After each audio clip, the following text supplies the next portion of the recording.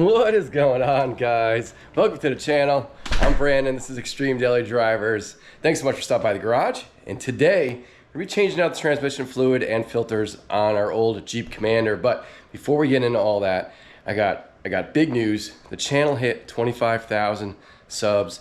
Thank you to everybody who has hung into this channel and watched the builds from the Prelude to the XB to the Miata to the Commander. We got stuff going on for Kelly's CT200.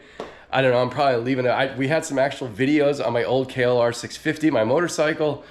Thank you so much, guys, for supporting the channel. It's been a big journey. This channel's been way more than I could have ever imagined. I want to thank you so much from the bottom of my heart. 25,000 subscribers is a really big milestone. And if you guys are watching and you're not subscribed, every single content creator always asks you guys to do that. It doesn't give us any more money or anything like that. It just helps get more eyes on the channel. The more subs you have, the more YouTube likes you and wants to put you out there to pop up in people's feeds, so you get more views that way. So like, subscribe, it really helps the channel out. So anyway, thank you so much, guys, for that. And another thing I want to get into is, I don't know if you guys have noticed in the last couple videos, we got some new vinyl on the Jeep.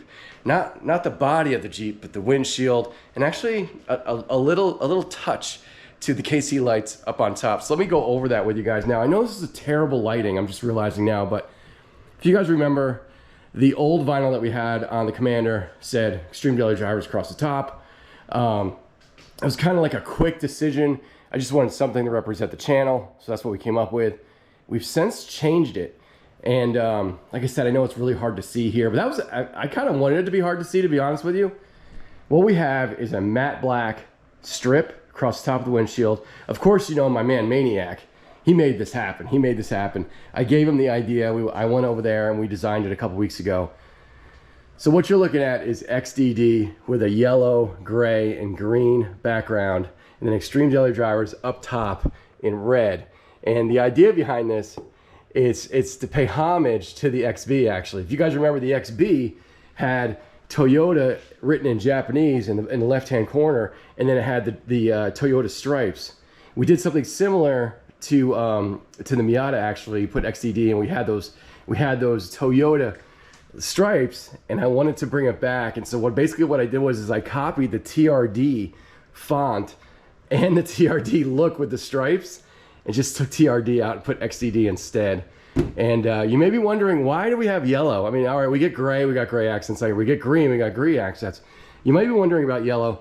You'll find out more about yellow as time goes on. I do have a plan to incorporate a little bit of yellow into our build here. So that will be coming in the future. And one last thing is the KC lights. If you look up here, I wrapped these in a matte black and a combat green KC insert. I actually forget where I got those from, but you don't want to know where I got them from, because it was horrific communication between me and them. And they're a big company. I mean, the reason I use them is because they popped up all over my Instagram and on Facebook, constantly hitting me with ads. So I went in there and checked them out. Sure enough, they made overlays for the KC lights. I ordered them, dude. Like 10 days went by. No communication. I'm emailing them. When's it gonna ship? Nothing. I emailed them again. After like 10 days, they get back to me and they're like, hey, listen, we're a really small team. We only have 3 people working here. It takes us a long time to get to our product, you know, get to making the actual things. And I was just like, dude, then you should put that up front. I wouldn't have ordered from you if I knew it was going to take 10 days to get stickers, for crying out loud. So anyway, I told them to cancel the order. I said, go ahead and cancel it and give my money back. It shipped the next day. So I hate doing that, but sometimes that's the way you got to handle business, man. You just tell people to give me my money back, and they'll automatically get your stuff together and put it in the mail.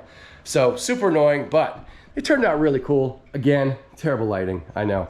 But keep an eye out for those in future videos. I really like the way it turned out. It's very subtle, but it looks really good. It does a better job hiding those than the old covers, which I don't even have anymore because I chucked them. They were so beat up from KC.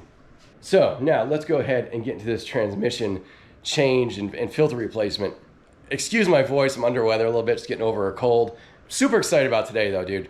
It's the first week of the NFL season, so I'm hyped. I've been watching NFL all day. I've already been watching all the other 2 games that went on earlier this week. Super excited about today. So we have a small window of no rain. That's why I'm hammering this out.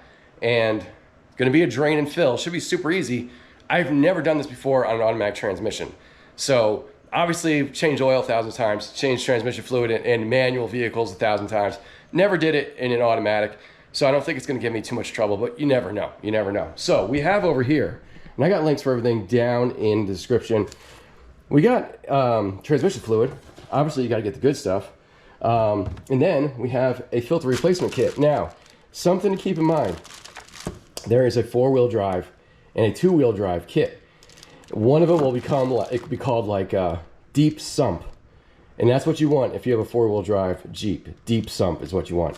I did a ton of research. And I didn't find a lot of really good information on this, but yeah, if you got 4-wheel drive, that's what you got to get. So we got a spin-on filter, and then we also have like a filter that's kind of pressed up in, held in with one screw. Also has a little thing here we'll have to figure out.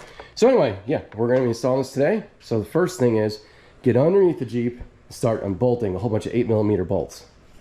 So here's said pan. I think we got like 15 8mm bolts. I have a tote, not even a drain thing.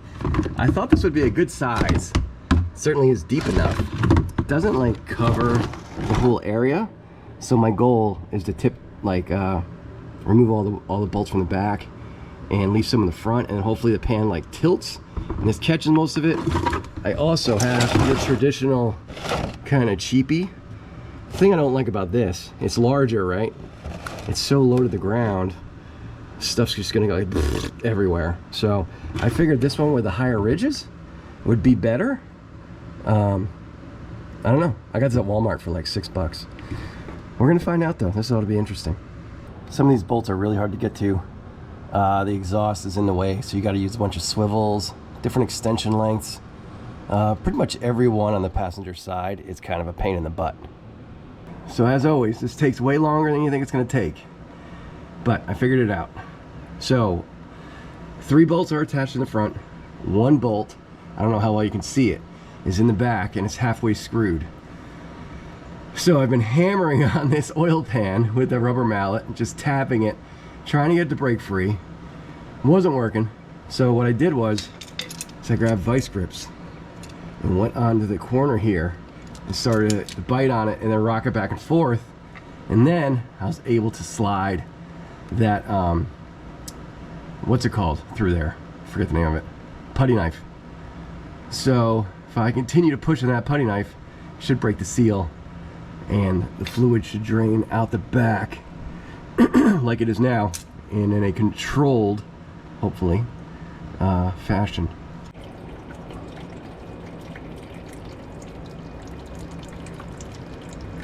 All right, guys, I'm excited to tell you we got it out. It took like an hour. I'm not exaggerating. I was very cautious. I didn't want to make a huge mess, and it worked out. That shallow catch pan was the winner because it took up such a big footprint. But yeah, here it is.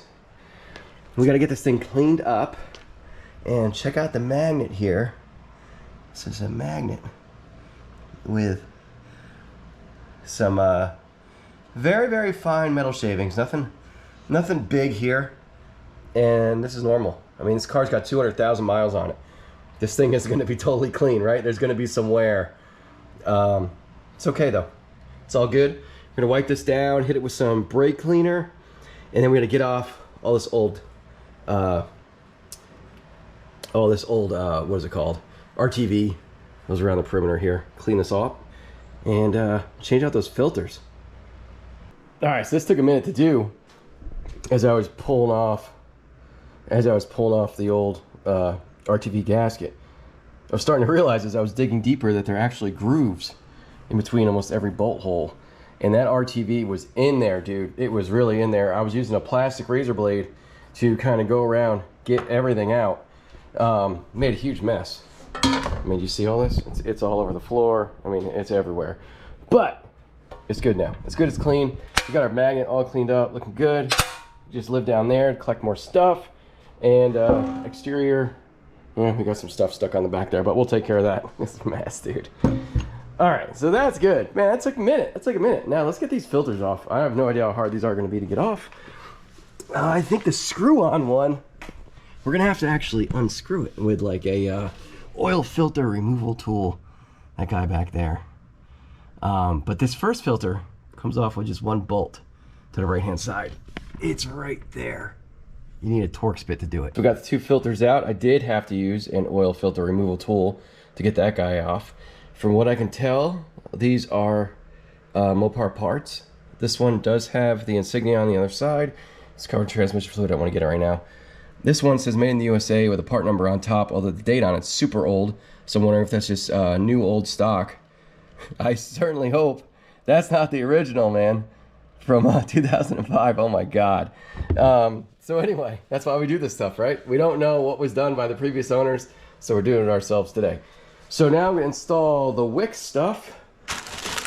This guy here, this guy here.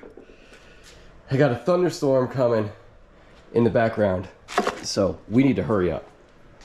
All right, guys, we're getting there, we're getting there. Let me just tell you right now, pack a lunch if you're doing this. There's no way to do this quickly. It's just impossible. So, yeah. Anyway, let me show you where I am. All right, there you go. New filters installed. Got them both on there. This thing is gonna drip transmission fluid to the end of time, my goodness. Anyway, got the Torx bit holding that filter in. Do not hammer that down, just a little bit to hold that up in there. The other spin-on filter is hand tight. And I got the mating surface around the transmission pan cleaned up. Now it's time for some RTV and then reinstall the pan. Got some ultra gray here. This stuff's really easy to work with. I also have this, which I used for the rear differential.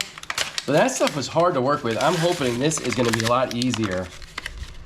Everything's as clean as it's gonna be right now. Yeah, that's a lot better. That's a lot better than the red.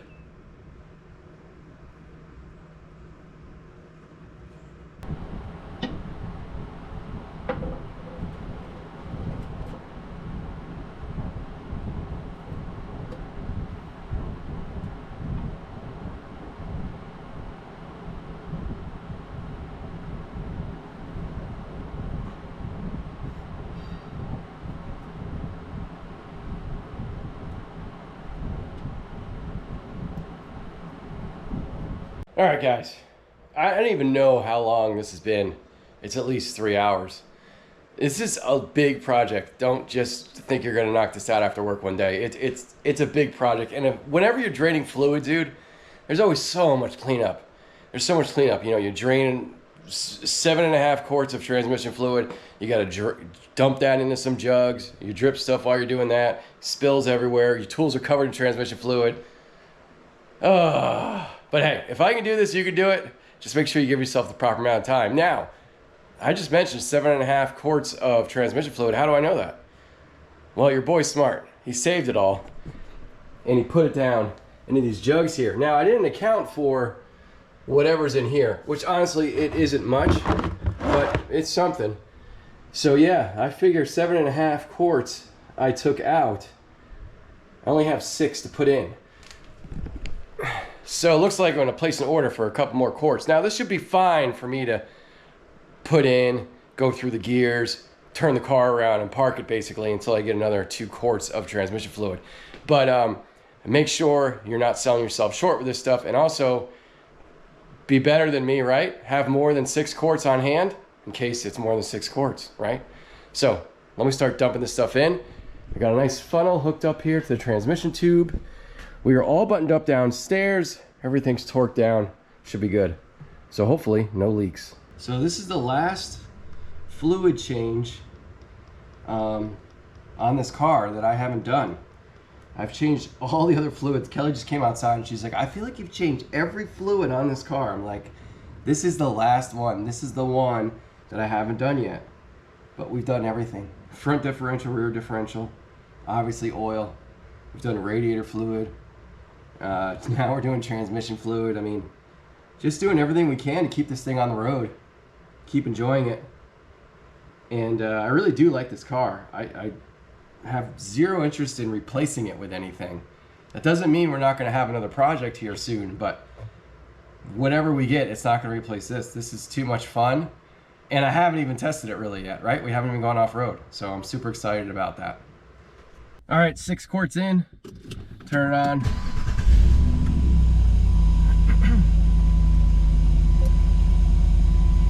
And with the emergency brake on,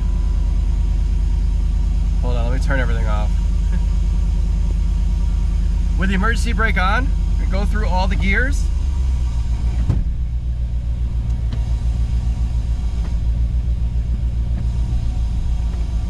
I'm gonna do it a couple times.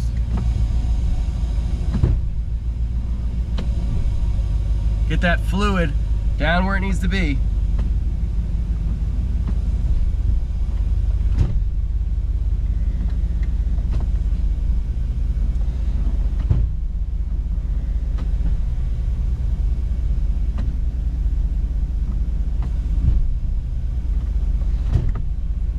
All right, now we're gonna let it come up to operating temperature before we actually go anywhere. So it's in park right now, emergency brake up. Let's check for leaks.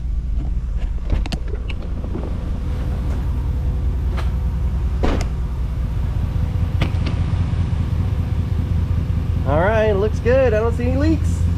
God, let's pray we don't have leaks. So anyway, guys, transmission fluid change. Now, I didn't show you how to actually check to make sure you're at the level because I know I'm short, right? So I'm gonna order 2 more quarts off Amazon. They should be here tomorrow.